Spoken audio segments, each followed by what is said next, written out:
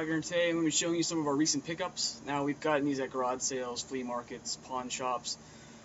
First I'm going to show you the only flea market buy we had, which is an Atari 2600. I didn't feel like unhooking it because I got it all hooked up right. I had to jiggle all the cables in order to get it to work because it's a pretty old console. Right there you can see I got a Breakout playing on it, and I got it and a bunch of games for 20 bucks. I'll show you the games I got with it. First of all, of course, Combat came with all 2600s. Frogger, there we go. You can tell which way that went. Donkey Kong. Now this I bought at a game exchange. Don't really know why. It's a 5200 game. It's a Qbert. I don't know. I saw it and knew it was a good NES game. I was kind of surprised. I didn't know it was on the Atari, so I went ahead and picked it up. Of course, Pac-Man, Canyon Bomber, Kaboom, really fun game. It's really good. Video Pinball, classic Space Invaders, Ice Hockey. That's the only sports game came with it. Star Raiders. I haven't had a chance to play all these. I'm kind of looking forward to just sitting down and at least trying to play them. Now, I picked this up for $1 at Game Exchange. It's a Missile Command. I saw it for $1, and I was like, yeah, I might as well. Now, it came with, for some reason, 2 copies of Defender.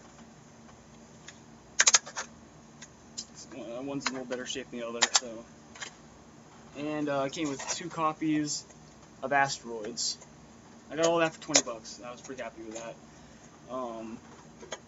Now it did not. One thing I was disappointed. It did not come with a joystick. It came with the paddles. So I needed to actually use a Sega Genesis controller with it because they're actually compatible. Back then, a whole bunch of stuff was compatible. I mean, between cables with the. I always used to use the Sega Genesis hookups for the NES, so I mean that was always nice to be able to know you had compatible cables with everything. Now here's some actually Craigslist finds we had. Saw someone put a whole bunch of Game Boy Advance games and a DS game, but I got Pokemon Emerald in the box. These are all basically in pristine condition. Yoshi's Island, Super Mario Advance 3, Pokemon Leaf Green. It did not come with the Game Boy Advance wireless adapter, and Pokemon Diamond.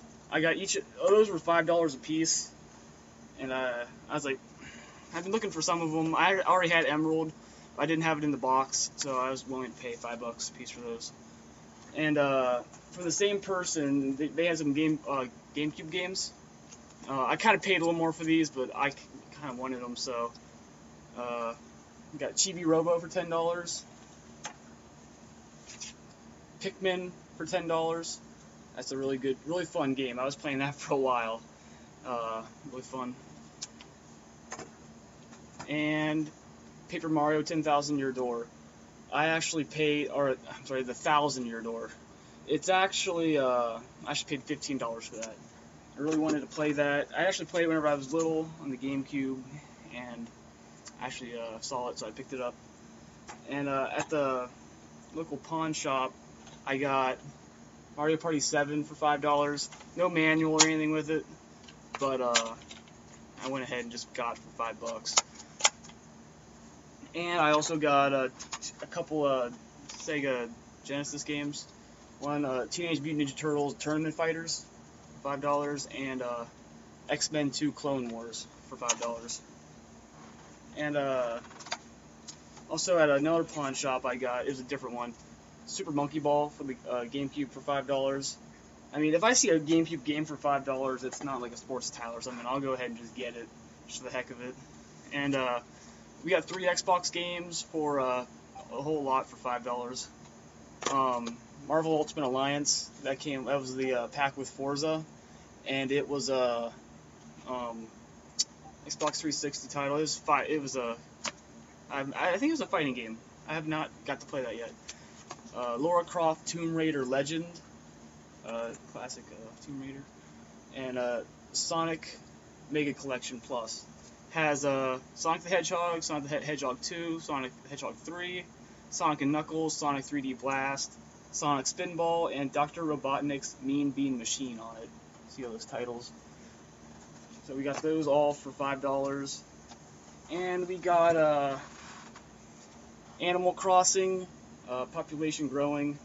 It said it's supposed to have a memory card in it, but it didn't have it with it. It was at a garage sale for $5. So it was the yellow Player's Choice title, not as sought after with collectors, but we saw it, so we picked it up.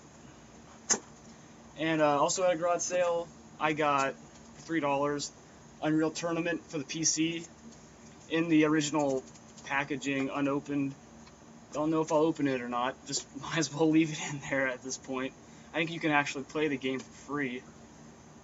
But and at the Game Exchange we went to, they had an expansion pack for the Nintendo 64 where you can put your Game Boy games in it and play it on a Pokemon Stadium.